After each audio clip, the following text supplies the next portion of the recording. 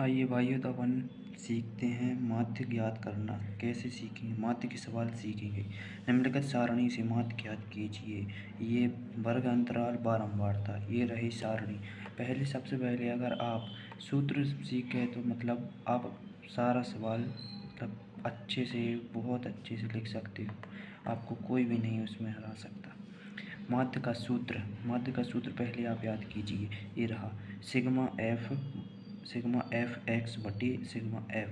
Sigma का अर्थ होता है योग या जोड़ना। और बारंबारता का अर्थ होता है स्मॉल एफ मतलब आप समझ जाना, कहीं भी अगर सवाल में स्मॉल एफ है तो वह बारंबारता है। इस सारणी को अपन इस सारणी की तरह लिख सकते हैं। हल इसका एक कोष्टक बना देना, कोष्टक यहाँ पे बना लेना और यहाँ पे लिख लेना वर्ग अंतराल बारंबारता एफ। तो आप इस तरह से लिख लेंगे और फिर आगे देखेंगे और इस सारणी को अब हल करेंगे। जैसे ये रहा, हम समझाते हैं 0 या 10, ठीक है।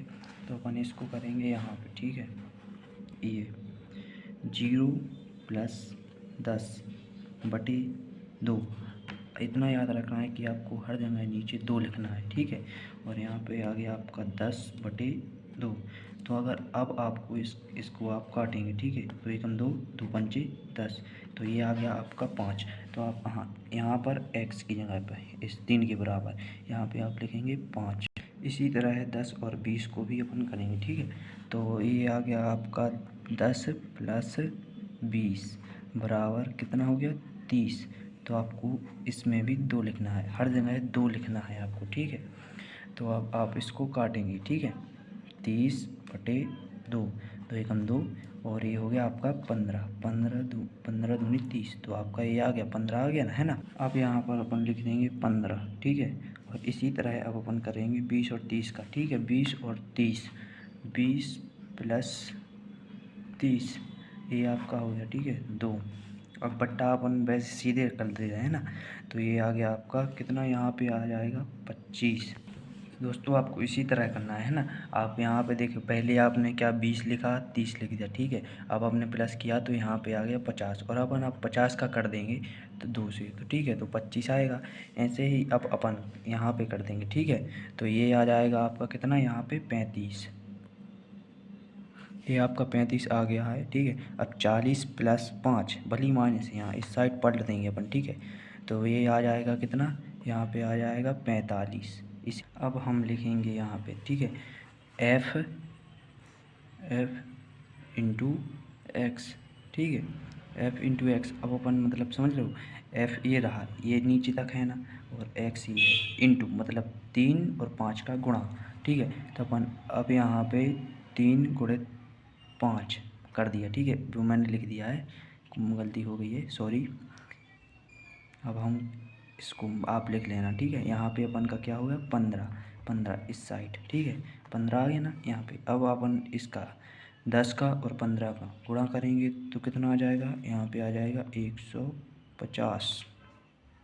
इसी तरह आगे करेंगे, ठीक है। तो ये आ गया आपका कितना, 11 और 25 का अपन गुणा करेंगे तो कितना आ जाएगा, 275। इसी तरह 9 और 35 का करेंगे तो यहाँ पे आ जाएगा 315। 315 ये आ गया। और अपन 7 और 45 का करेंगे तो यहाँ पे भी फिर से 315 ही आएगा। आप इस गुणा करके देख लेना, ठीक है।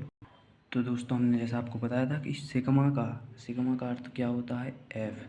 सिग्मा का अर्थ होता है सिग्मा एफ एक्स बटे सिग्मा एफ।